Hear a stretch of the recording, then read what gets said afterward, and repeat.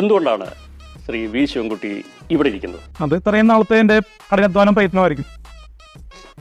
ഈ ഒരു ന്യൂസ് മേക്കറിന്റെ അവസാന ചുരുക്കപ്പട്ടികയിലേക്ക് അദ്ദേഹം കടന്നു വന്നു എന്നുള്ളതിൽ അദ്ദേഹത്തെ ഞാൻ ആദ്യം തന്നെ അഭിനന്ദിക്കുകയാണ്. കാരണം അദ്ദേഹം യഥാർത്ഥത്തിൽ ന്യൂസ് മേക്കർ തന്നെയാണ്.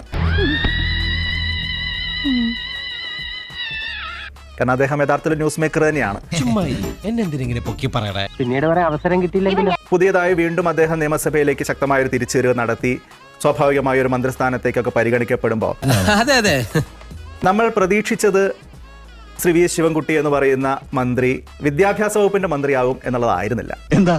എന്താ കാര്യം? അതിന് ഒരു ബുദ്ധി വേണം, അതിവനില്ല. ഒരുപക്ഷെ അദ്ദേഹത്തിനും ആ ഒരു ആഗ്രഹമല്ലായിരിക്കും ഒരുപക്ഷെ ഉള്ളിന്റെ ഉള്ളിൽ ഉണ്ടായിരിക്കുക എന്നാണ് എനിക്കും തോന്നുന്നത്. ഒരുപക്ഷെ തദ്ദേശ സ്വയംഭരണ വകുപ്പോ അതല്ലെങ്കിൽ തൊഴിൽ വകുപ്പ് അദ്ദേഹമുണ്ട്.